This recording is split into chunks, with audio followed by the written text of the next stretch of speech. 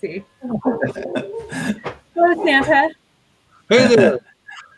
All right, we are live at least six seconds in, and we're going to welcome our viewers. Although I have no sign of any viewers yet, but let's have faith that they're coming. Welcome our viewers to the debut, the pilot season of Peeks into the Past: Tales of Battle Creek, a new history program, or we think it's going to be history. Tonight will dictate whether you ever see this again. But we think we're going to be okay. We got Kurt on the screen, so we think we're going to be in good shape. There we go. If we can do that, we can figure out anything. But See, welcome. I'm showing off the new mask my sister bought me today. This is a mask. Oh, dear. Uh-huh. Well, I just only did it for a minute there, but yeah. Well, that's a very festive mask. Yes. Uh-huh. All right. Well, enough banter. We only have an hour here, but we're up to 34 visitors. So you guys must be doing something right. You're drawing in the crowds. I'm Michael McCullough, Mac. I'm the librarian at Willard Library, and I have some guests with me today. I have Jill Anderson, who I don't know exactly what you do, Jill, except a little bit of everything. You're you know a ton about the Milton, and you're going to enlighten us all and share a little bit. Grace you all with my knowledge. Yeah. All trade. Yeah, and historian and grant writer. Historian, grant writer. She's a Jackie of all trades, actually. Jill, thank you for being with us. Randy Case, a renowned architect based in downtown Battle Creek. We should do a show about your building someday too, Randy. Oh, that would be interesting. Yeah, you can do a little trek through it. We kind of an interesting little video. Yeah, but I see Randy's been involved in historic preservation for a very, very long time. Back when his beard was the same color as mine, even. Yeah, it was a little while ago. Back in 1991 is when I started my practice. And Kurt Thornton. Everybody who cares about history in Battle Creek knows Kurt Thornton's work. He's a book author, a wonderful illustrator, and he tells a lot of off-color jokes. So I got my hand on the mute button tonight. But I promise I'll be good, and I'm wearing pants tonight.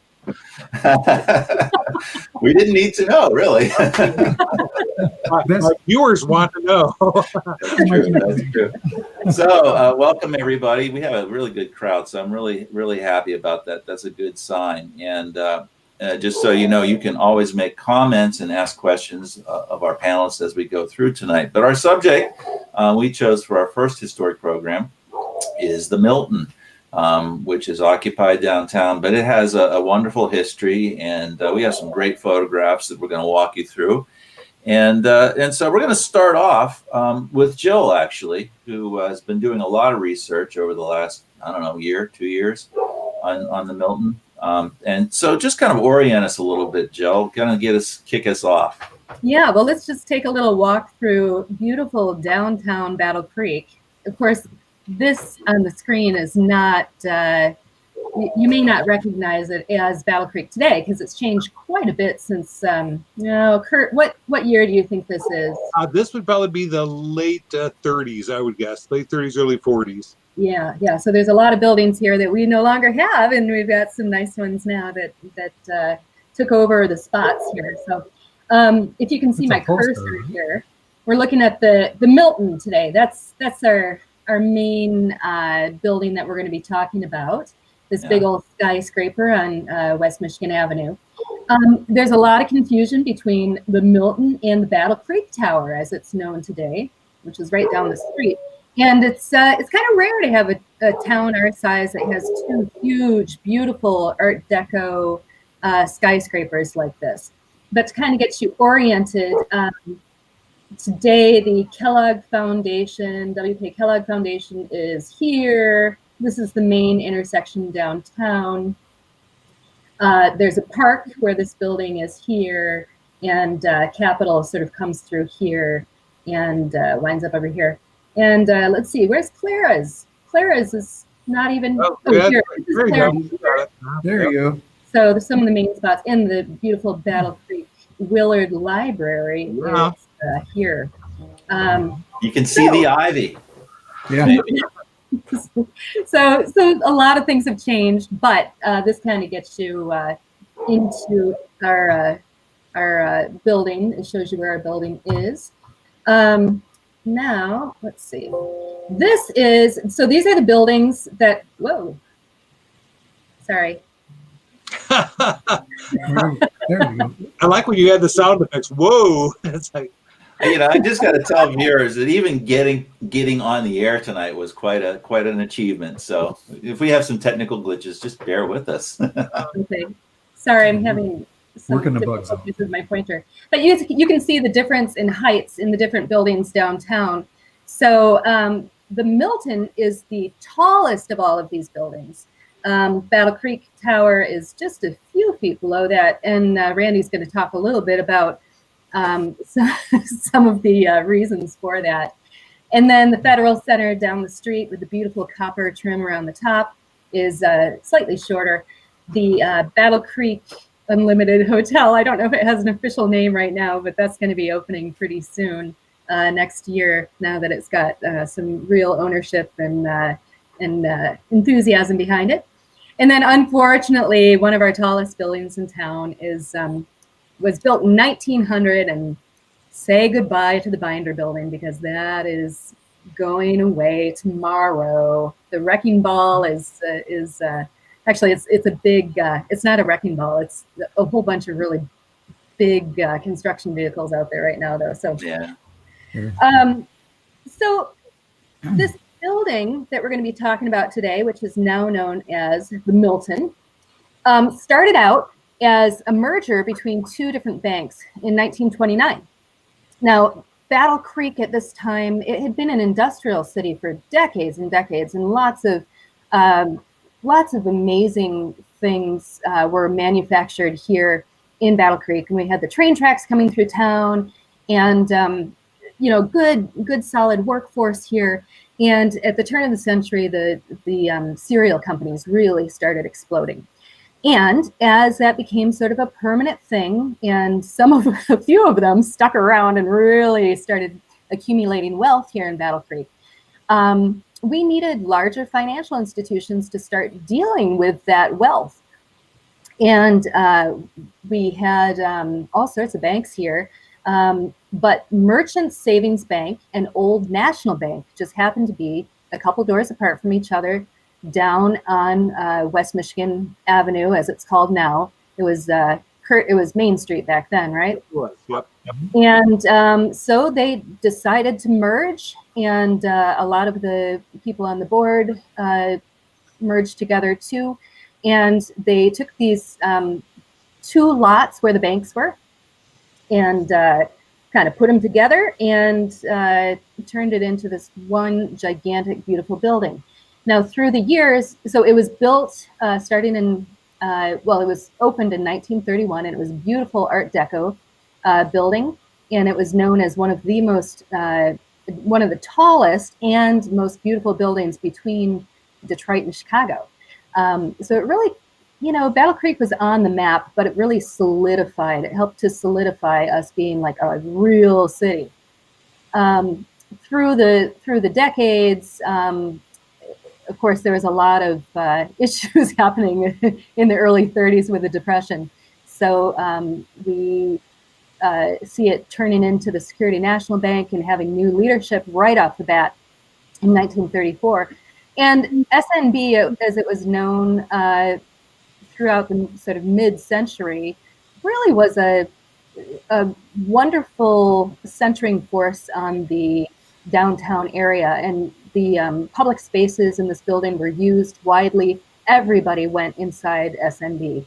And we'll talk a little bit about Mr. McKay, who is the president of the board and really gave personality to the whole building. So we'll talk a little bit about that later on.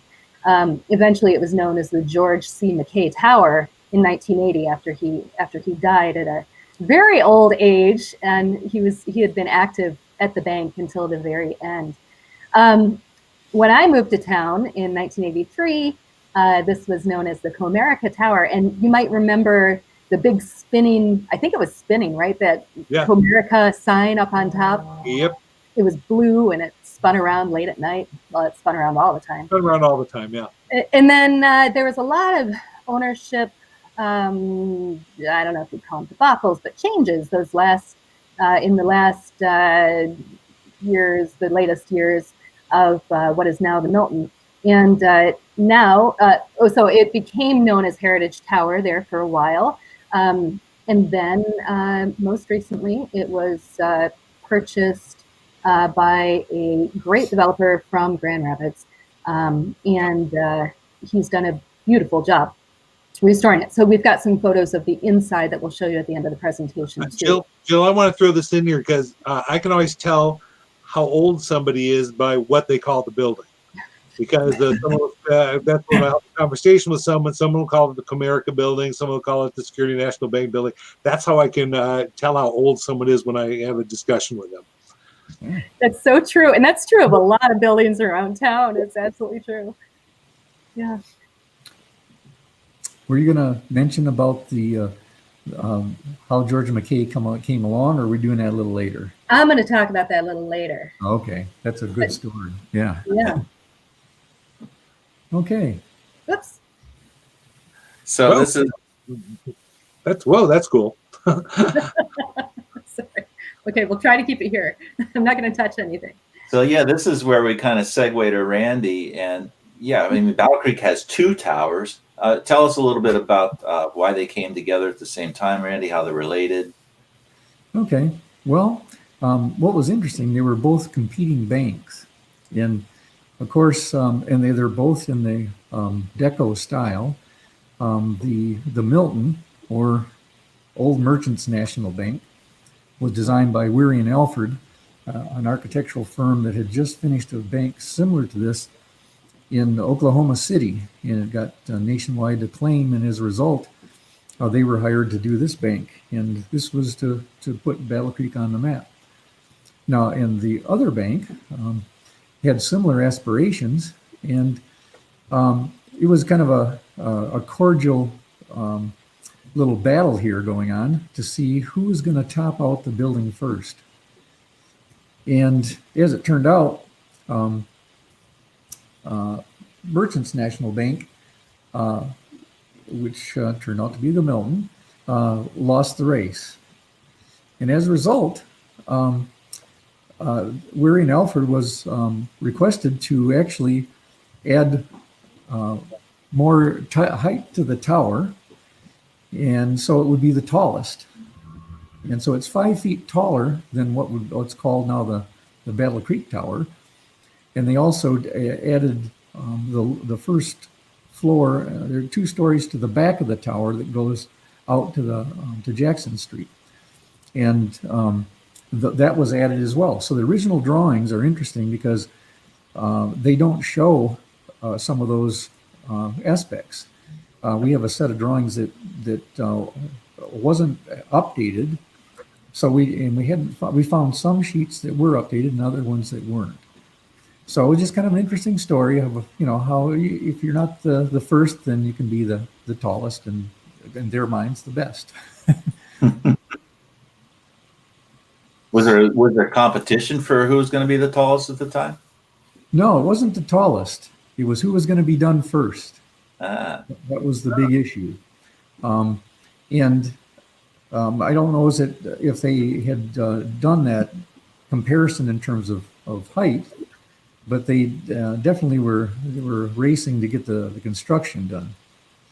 And I think that we're going to talk a little bit later about how the construction was done, so I don't want to take away from that story. Yeah. But there was a reason that it was slower than the other bank.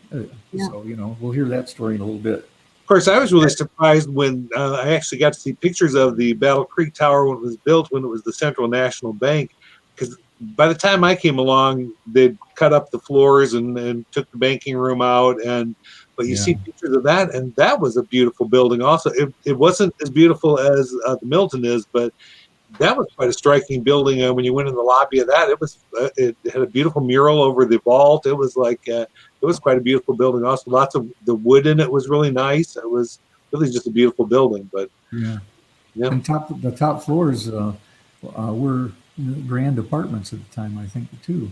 Wow. Yeah. Now, and we're getting a lot of questions on the library's Facebook page, which for some reason aren't showing up on in our little studio here. But this is a big deal for a city of our size to have buildings of this size built at that time, right? I mean, this was not a common thing, right, Randy? It definitely was not, and especially in the Depression. Yeah, it was. Well, this was before the Depression. Okay. So Yeah. this was the time of flourishing needs and the prosperity coming in the future, and the banks were built to support that. So that had a lot to do with it. And unfortunately, this building was only open for a couple of years, and then it went down. So. And there's the whole story about the coming back to life and the Kellogg Company's involvement and all that kind of thing. But we'll get into that in a little bit. Yeah. One thing that was really interesting when each of these buildings opened, in the papers at the time, there were these amazing, like, full issues of the newspaper that had celebratory greetings from all of the major businesses in town. And so they're pretty thick insert pages. Plus, they detailed every little bit of the construction. So we actually have some really great history, that's pretty easy to find about all of the workmanship that went into these buildings.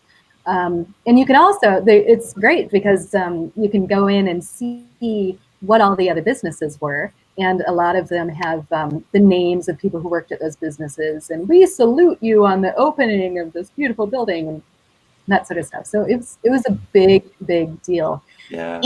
And they had huge opening ceremonies where for the Old Merchants National Bank and Trust, they gave away cigars to the men, and they gave over 10,000 flowers to women who came through that day. One flower a person. So you can no cigar for the women though, huh? Apparently not. Okay. And they ran out of cigars. But it was such a big deal, and people really just flocked to see these buildings. And as we look at some of the interior pictures, you'll see why. Now, we've been through some construction lately downtown, and it seems like we've had a lot of streets closed off. I mean, this flourishing downtown, how did they have these two major projects going and still keep the town open? Yeah, it was pretty incredible how they did this. I mean, you think about with all the technology we have today, how did they ever do all this back then? How did they make a skyscraper in the middle of the town? Well, back then they didn't worry so much if a brick fell off and hit somebody. It wasn't such a big deal back in the 20s and 30s. That's right. Rub some dirt on it. Go to work. And I challenge you as we go through some of these photos of the construction too, to look at the conditions, because it's pretty different from what we were experiencing the last few years on the Milton construction. Ocean would definitely have shut them down.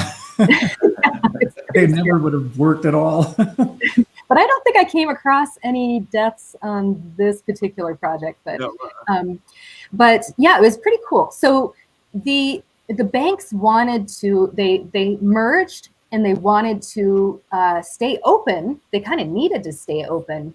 But since both of their properties were, slated to be demolished for the base of this new bank, it was a little tricky.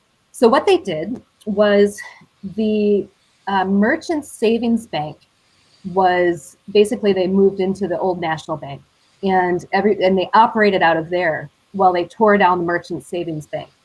And then, and I'll show you pictures of this in the next slide, then the old National Bank, after the first big chunk of the new building was created, they moved back in there and worked with sort of a false wall. So these are the two original buildings. Now these are two separate photos, and there was a Penniman building was in between here. So here it's sort of abbreviated. It's kind of squished together between these two photographs. But that was operated as a furniture store at the time. And then the next photo shows phase one. So there we go. We tore down that first bank and built a little over half of the base of the old Merchants Bank.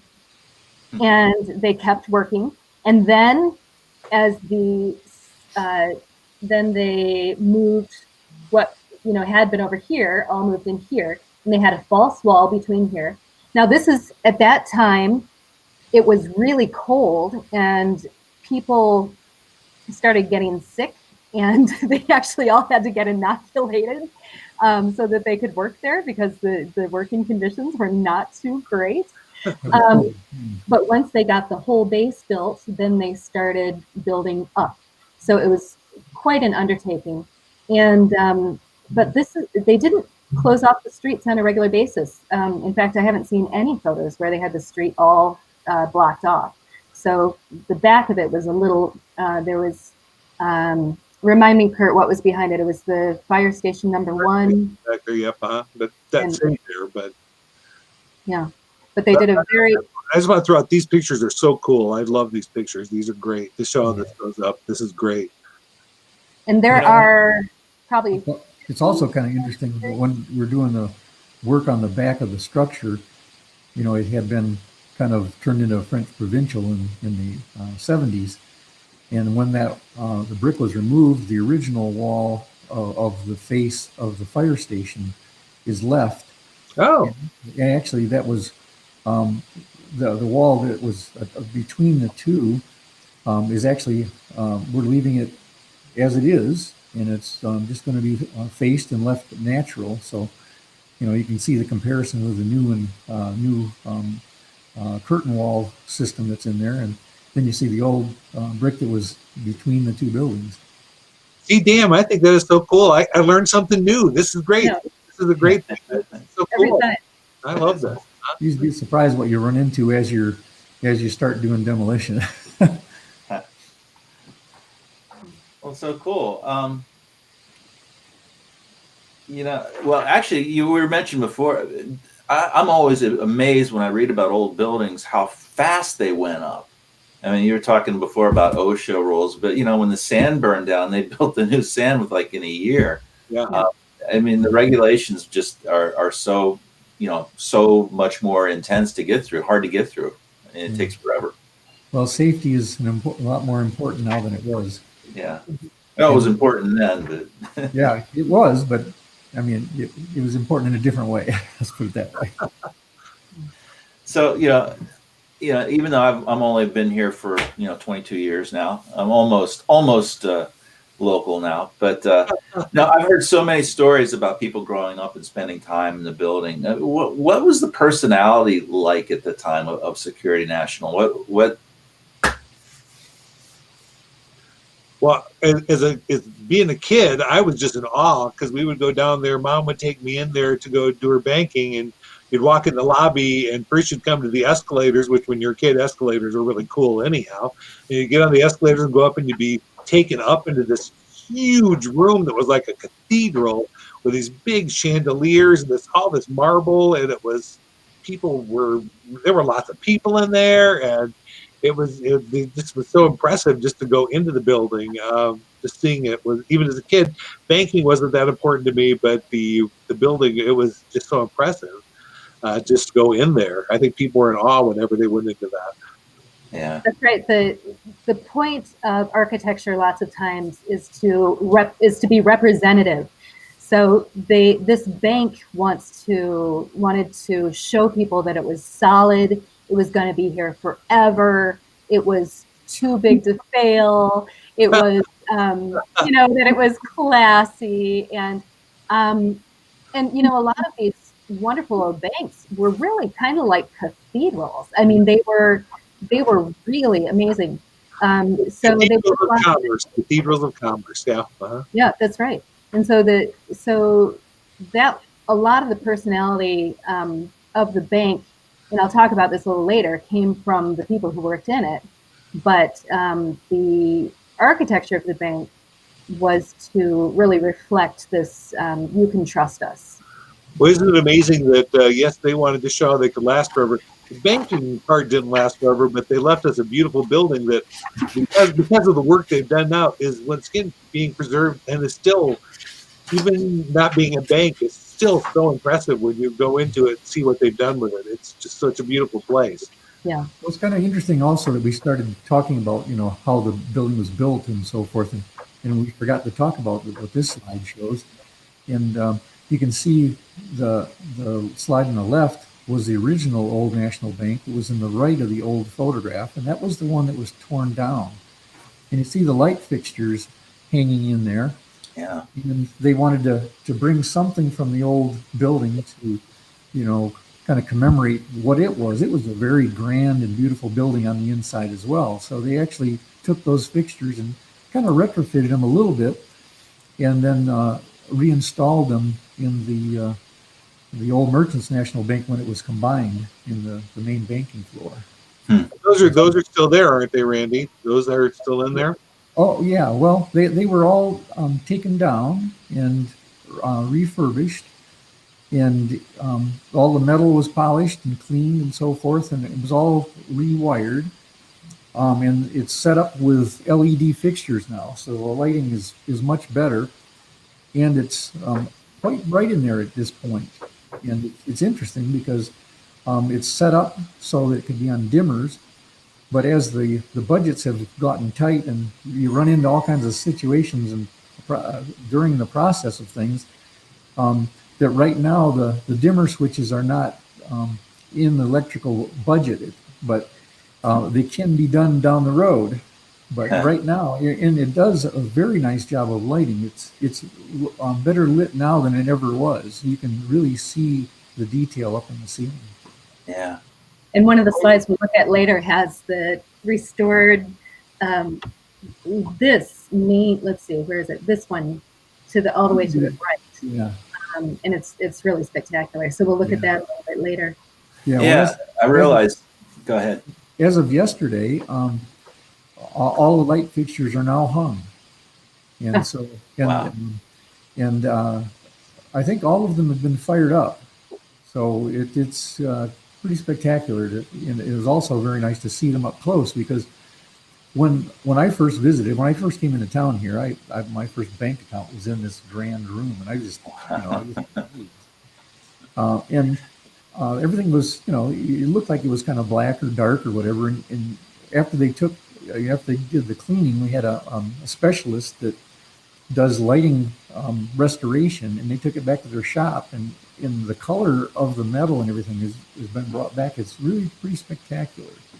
Yeah. And they replaced a glass that was broken and all these kind of things. And of course, when the roof was let go before this developer got it, and everything was just totally trashed, and the light fixtures were quite rough. So it's great. Well, no, we're going to say it again and again, but the job they've done restoring the building is just so beautiful. They have done such a great job.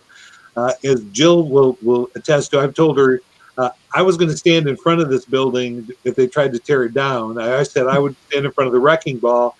I really didn't want to, but this building I would have stood in front of a wrecking ball for, and I'm so glad I don't have to do that now. I'm going to send them a thank you note just so that I didn't have to do anymore. But it's such a beautiful job. They have done such a great job restoring this building. Yeah. Well, it's been interesting working with the State Historic Preservation Office about this. Everybody was amazed that we actually did the full restoration of the ceiling because of the cost. But Mark Harmson, the developer, felt that this is something the community expects. And if you open and you don't have that grand ceiling in there, I mean, it was going to be just a letdown for everybody. So we really put a lot of effort into going through that. And we'll talk about that process a little bit later. I just want to interject a couple of questions because we're getting a lot of questions over here. But one of them is people want to know if they can go in and see it now. I mean, is that something that's available to the public, or is it, Yes. What can happen, you can go in and make an appointment. I think Victoria is one of the people that does tours. And basically it's to let people see, and so if they look in the units and stuff and see if they would like to to rent an apartment.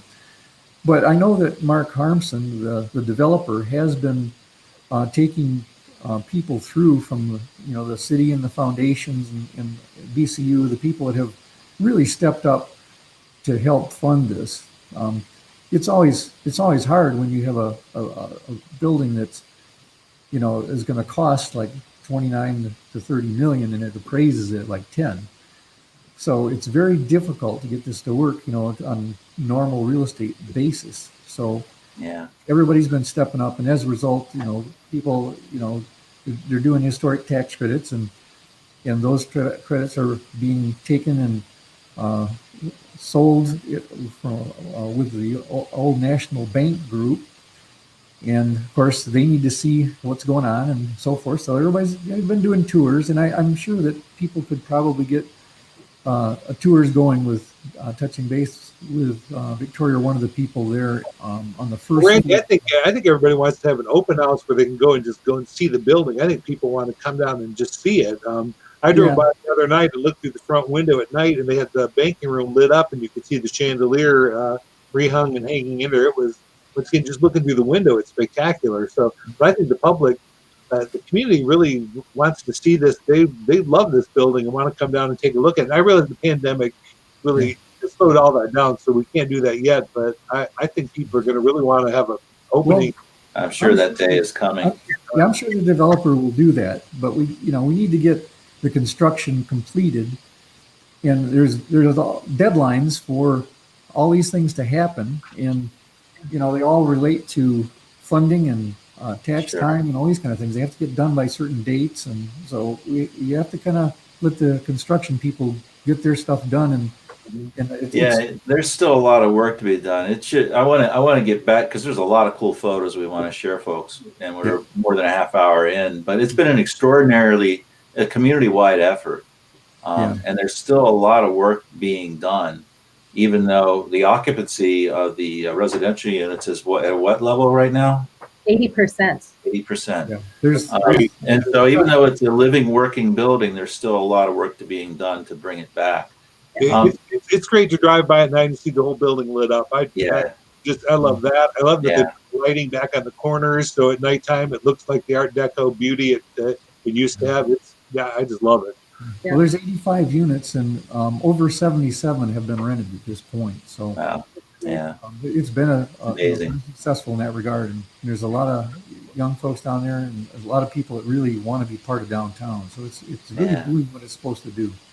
So Randy, let's talk a little. And we have one highlight there that I think we mentioned briefly, but talk about some of the architectural choices on the exterior and its impact. And Jill's running the controls of the slideshow, so we'll go through them.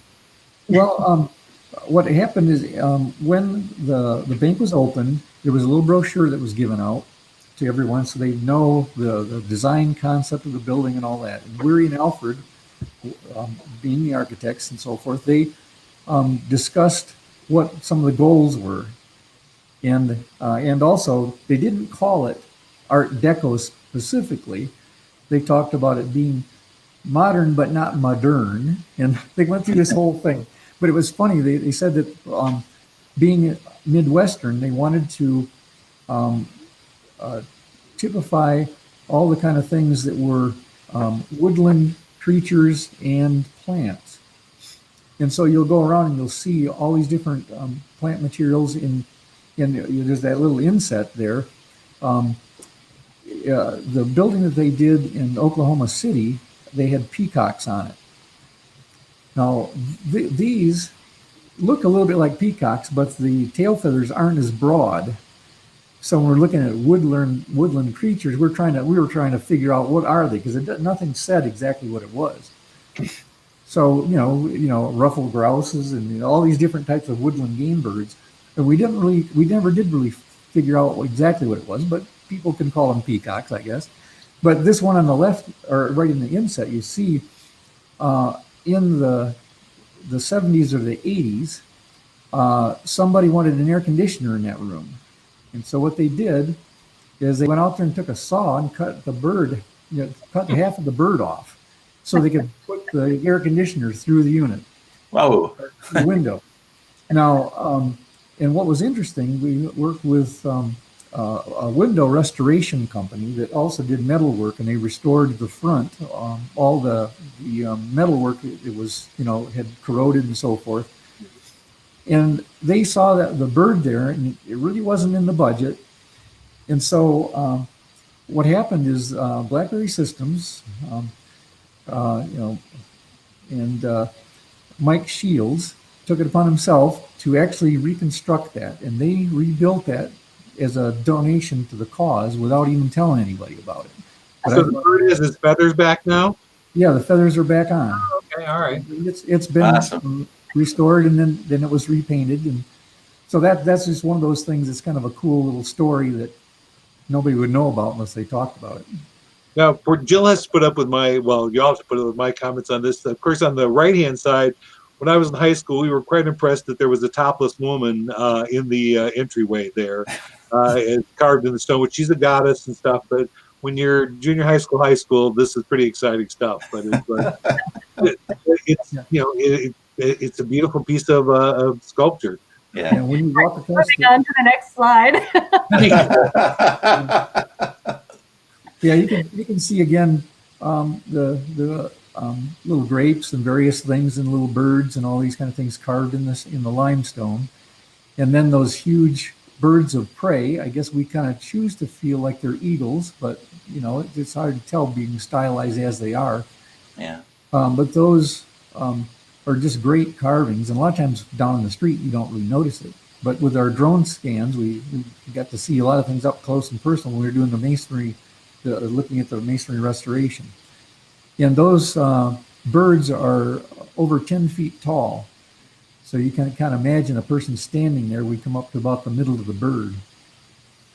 Yeah, I took these pictures that are showing here, and I was so impressed. I had to go stand in Willard Library with a telephoto lens and get these shots, but I didn't realize how detailed the sculpting was on the building all the way up at the top. I mean, there's no detail that they let go when they even at that height where people aren't going to see it close up, but they still the workmanship is so incredible on the exterior of that building.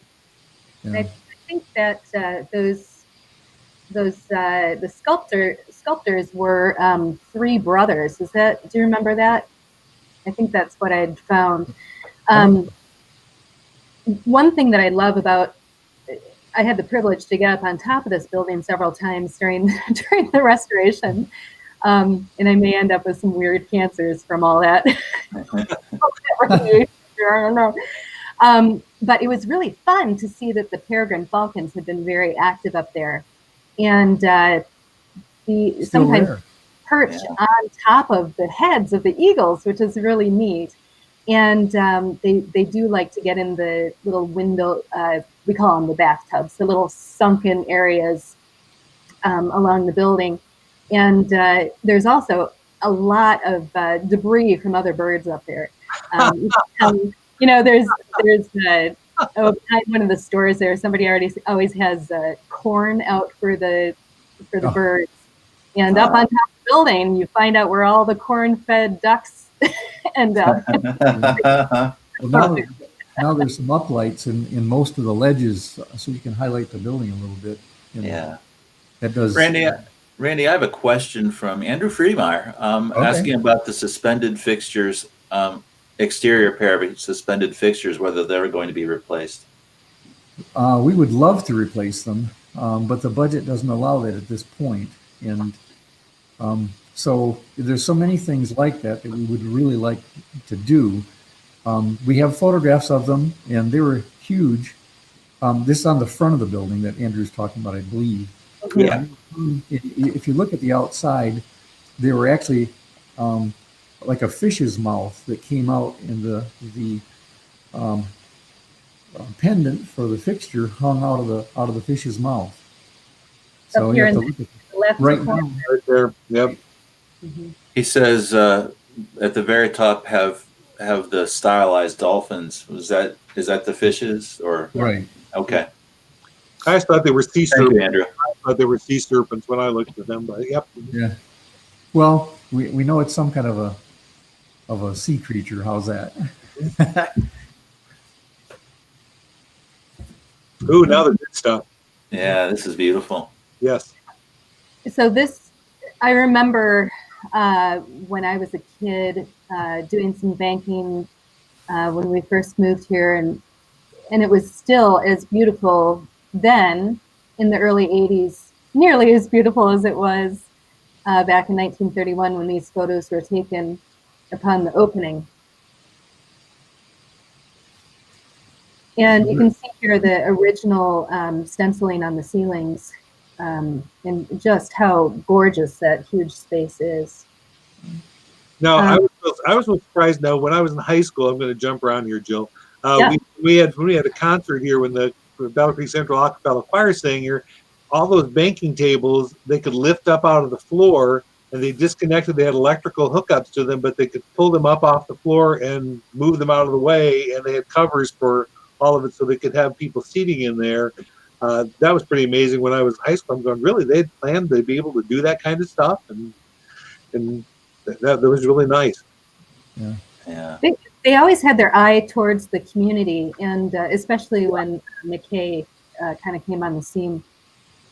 Even though this is where I can tell about George McKay coming up to me and like when I was a little kid and scaring me because he would come out and he was really a nice man. He was a very nice old man, and I didn't know who he was, but we would be waiting in line for Mom to go to the teller, and this old man would come up to me and he had a little mouse puppet he had on his finger, and he would talk to you with it. He was really totally nice, but it was, as a kid, I was freaked out. I'm going, who is this old dude like coming up and waving his little finger mouse at me? But he did that to lots of people, and he was just, he enjoyed being out and seeing the people. He enjoyed being able to interact with the folks that were at the bank. That was very cool. Right.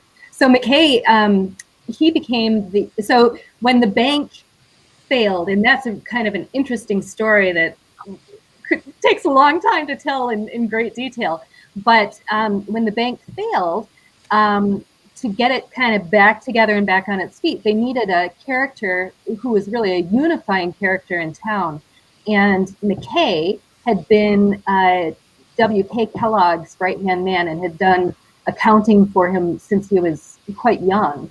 And he really had he was well respected by everybody in town. And they said, it was written that he was chosen because he had the least enemies.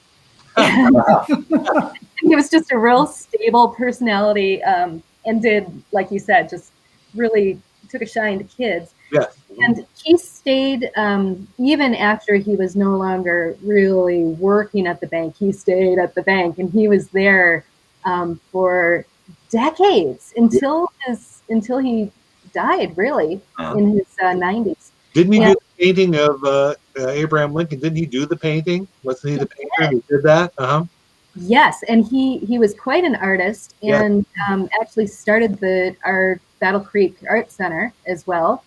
Gave a gift for that property. He gave all sorts of gifts and got all sorts of nonprofits. I mean, this fellow really is one of the pillars of the nonprofit community in our town, and started so many of these organizations that we still know today. But he was very, very well respected. So it was so important during the Depression when they came back to open the bank. Everybody was afraid they couldn't put money into the bank, but having someone from Kellogg's of that stature, and also Kellogg, I think a lot of the people from Kellogg Company put their money in the bank, and so there was a lot of things that really helped support the community to get this going, because banks were not doing it in those days. Yeah, that's right. And he actually convinced 6 or 7 of the largest financial holdings in the bank to not take 100% of their value, and to actually allow the people of Battle Creek to recoup 100% of their what had been in their bank accounts when the Depression hit, and when everybody lost their money. Yeah, when they were having runs on bank, they kept they kept it together. Yeah. Right. So that was really McKay's doing too. So, like I said, a lot more details to that story. But yeah. Because now you show that picture, and I'm going off track here. The scary fire escape on the back of the building. I always used to marvel at that, which is still there. But that I used to think, good Lord, if the building was on fire, would I want to go out on that if another 40 or 50 or 60 people were all going down on that outside fire escape. It looked pretty scary to me, but I guess it was required. So, well, if you take it off, you cannot put it back on because it doesn't meet present code. yep. So structurally, it had to be evaluated each section down. There was the structural engineer for the main building was a different structural engineer than did the preservation work with us, and they analyzed all the connections and the whole thing, and it was all reinforced and kind of stiffened and everything else, and then it was repainted, and it was repainted kind of the color of the limestone, and so it didn't stick out too much. Right. Wow. So I know we missed a few slides. And I really love the retractable grate thing. I hate to not tell people about that, but That's true. It's really cool. Describe that for us, Randy. And Okay, well, There it is. There it is. people that have been around Battle Creek remember this. It's a beautiful thing. It basically the two sides where the escalators were fold into themselves into the center, and then the whole thing slides down into a slot in the floor and is housed in a container in the floor below it. Now, unfortunately, it's intact, but with the roof being gone for so long and with so much water into it, the container in the bottom had 3 to 4 feet of water in it. And of course, that played havoc with the motor that ran it up and down and so forth. And so right now it is intact, it has been saved, but again, there wasn't a budget to rehab that and get it operational to work at this point in time. But it's still there, right? It is there, Yeah. right. It's kind of encapsulated in that lower area. The water has been taken out, it's been dehumidified and all that, but it has not been restored, and it doesn't function anymore, unfortunately. But it can be done. Yeah, when the budget's there, it can be done, just like those exterior. This would be something that would be a great thing for a benevolent donor in the community. Bring back the gate, it's such a cool thing. Yeah. But as it is now, the tenant spaces on the second floor and all the kind of things. If you had a grand event here, that would obviously do it. We did that a while ago. Our American Institute of Architects actually had it was a convention that was here in Battle Creek a while ago, and it was working. And what was fun that we Andrew Freemeyer was involved with this stuff. We actually did a laser show inside the dome, and the lasers would hit the gold leaf and flash all over the place, and we put stage smoke up in the top of it. And our president at the time was from Kalamazoo, and we set it up so he'd walk down out of the smoke and introduce the people, and then we played Kataro, God of Thunder, through these speakers and so forth, and it was like this very cool event that we used the gate and everything. So then the gate opened and everybody came through. It was pretty spectacular. Wow. We need grand architecture so that our local artists can really flourish in that space. So Yeah. that must have been quite an event. So I'm going to skip a little bit. We're coming up on 50 minutes, and folks, I want to tell you that I said we'd be lucky to get through 10 or 12 photos, and they've given us 18. So it's tough to, once we get going, we keep going. But talk a little bit about the decades-long decline of this building, because it obviously, I got to be in it. I went to a few events in there, and then it finally closed, and so much damage was done. A little bit about the decline and then bringing it back. Well, part of the decline was economic, and part of it, was just nature taking its toll. This slide on the left was from a fire in 1958, and then there was another one in the 80s. And though this is a fireproof building, the things inside of the building do burn pretty well. And so there was a lot of damage done in these two instances, both smoke damage, and then water damage too. So there were a couple attempts at bringing it back to the way it had been, but they did not. They didn't use the gold leaf again, for instance, and because it wasn't deemed as important as it was early on. Meanwhile, so the tower was it was full of doctors' offices, attorneys, dentists. There was a couple floors of dentists with special electronics and stuff that went up to that particular floor, those particular floors. And it was kind of the mode that people started moving out towards the hospitals. They started having their offices in other places. So the demand for being right downtown lessened. Yeah. And it was a little harder to have those the building completely full. And it just sort of, over the years, there was just less and less occupancy. And eventually the tower had so little occupancy that it was condemned, and just the commercial spots at the bottom were used, and then those weren't used.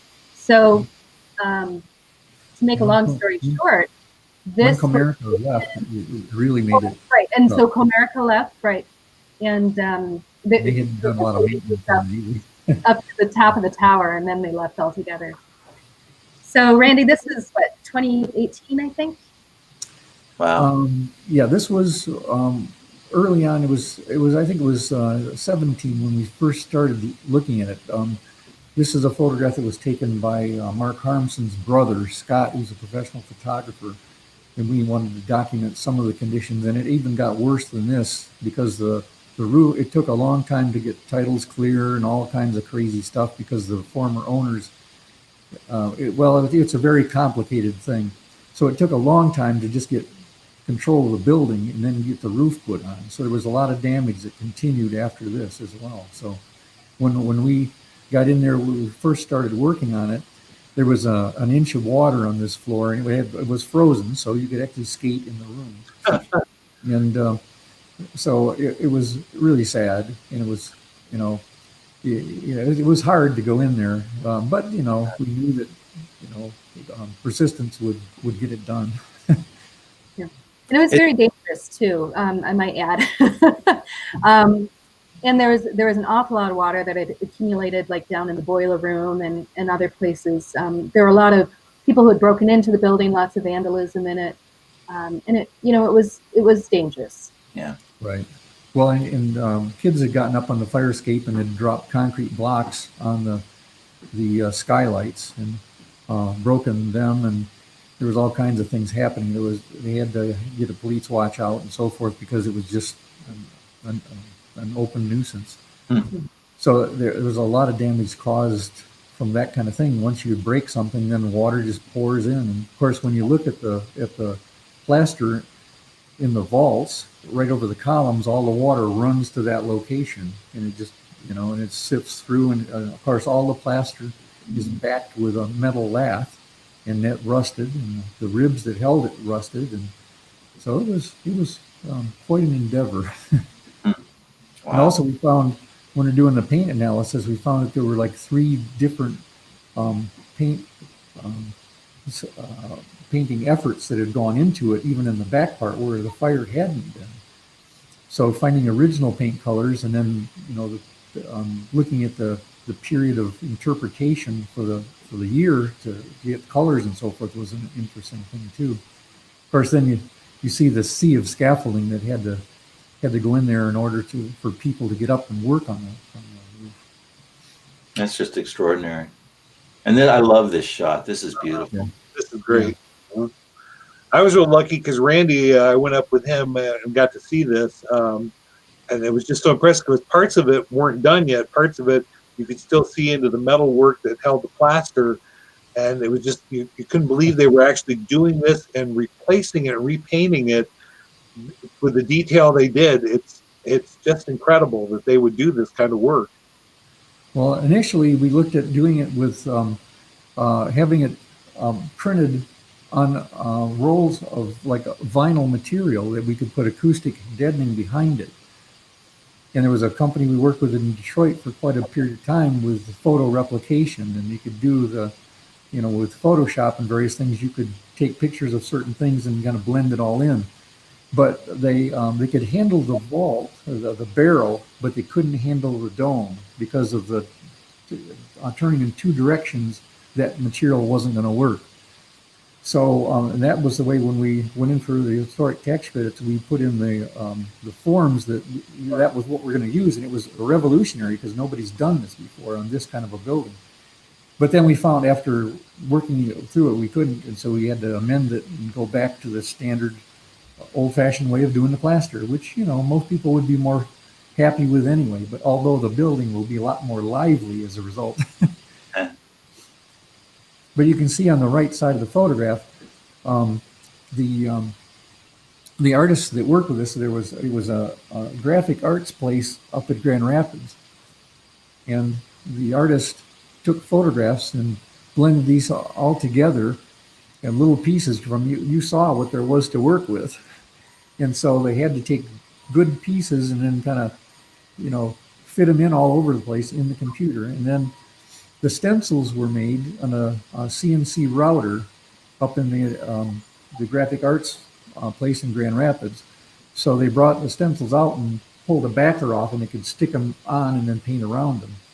So that was the model that was used. And of course, the paint selection and so forth was quite critical to match and everything. And so that was that photograph on the right was generated by the computer, and that was up there in the workspace at all times so they could refer to it. And being that the plaster was not done by machine, the arches weren't all exactly the same, and so the stencils obviously had to be kind of contorted and warped a little bit to fit the field work, and they did an amazing job at that. Oh yeah. Because we don't really notice that. Ray, I can't remember. You're the one that took me on a tour of it back in the 80s.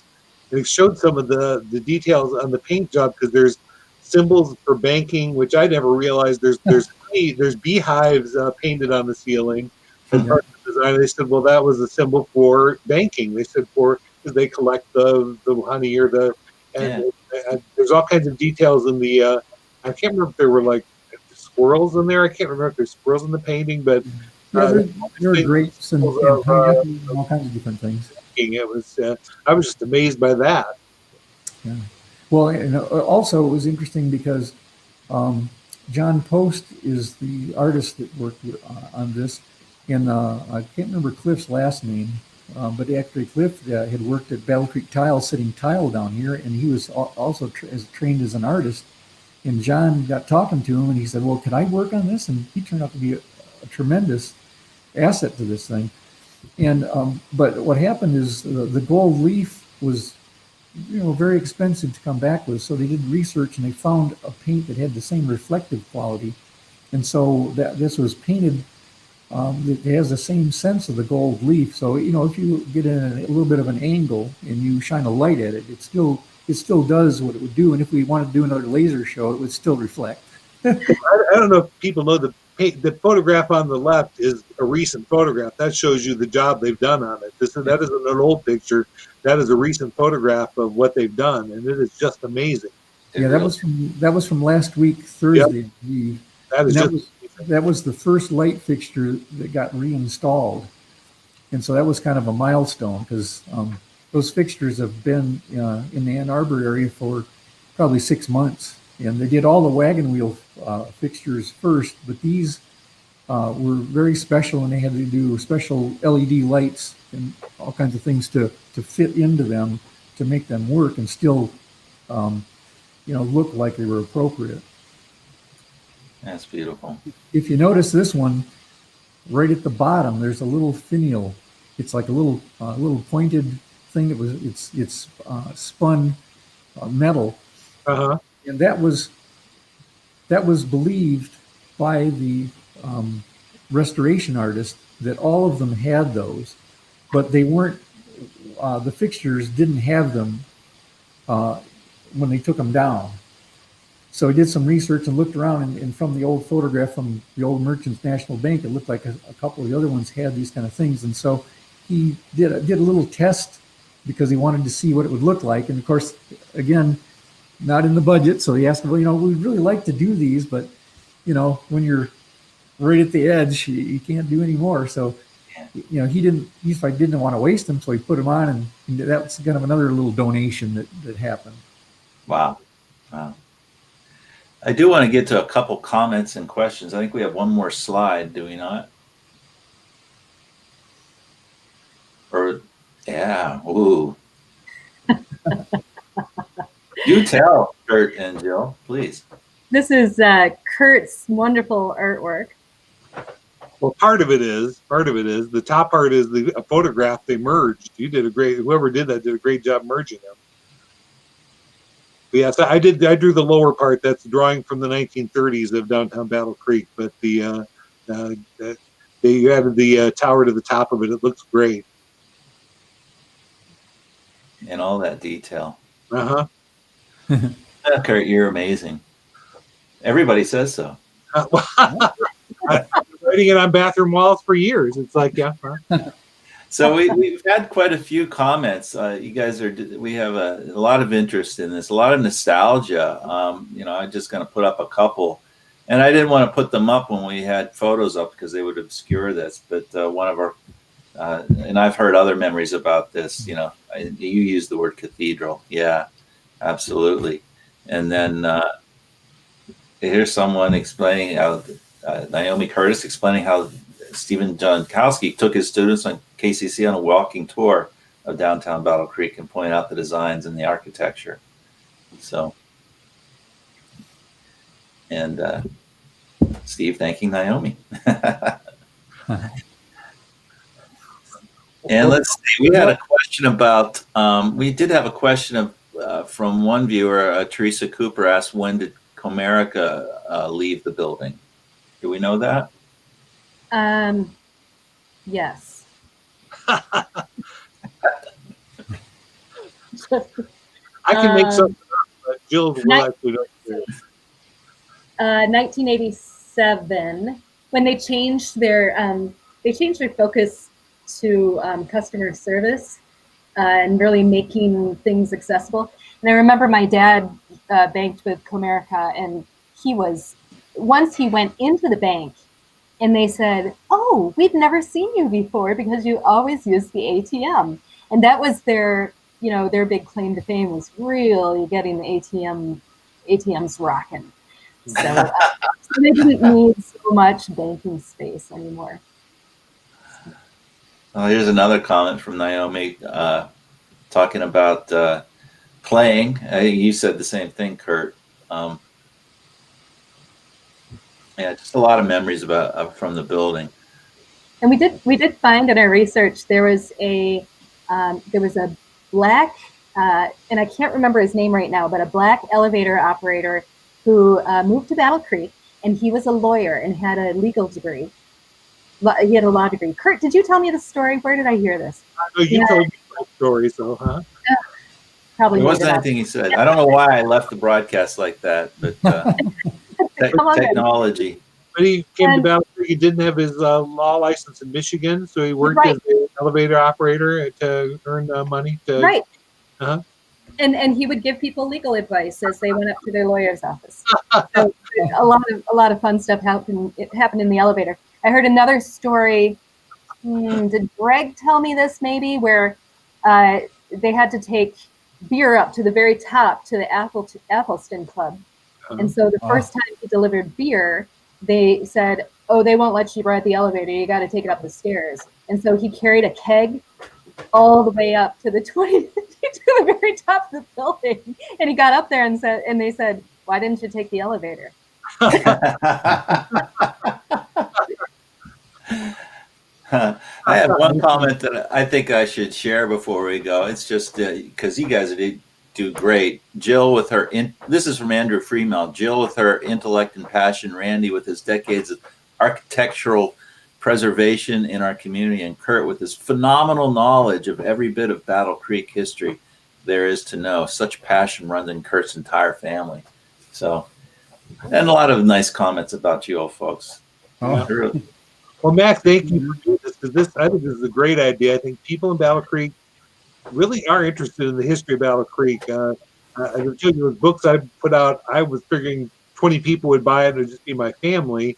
And we sold lots of them. And the nice thing about it was people are really interested in Battle Creek history. They really are interested. And we have a lot of history. We do. Yep. We do.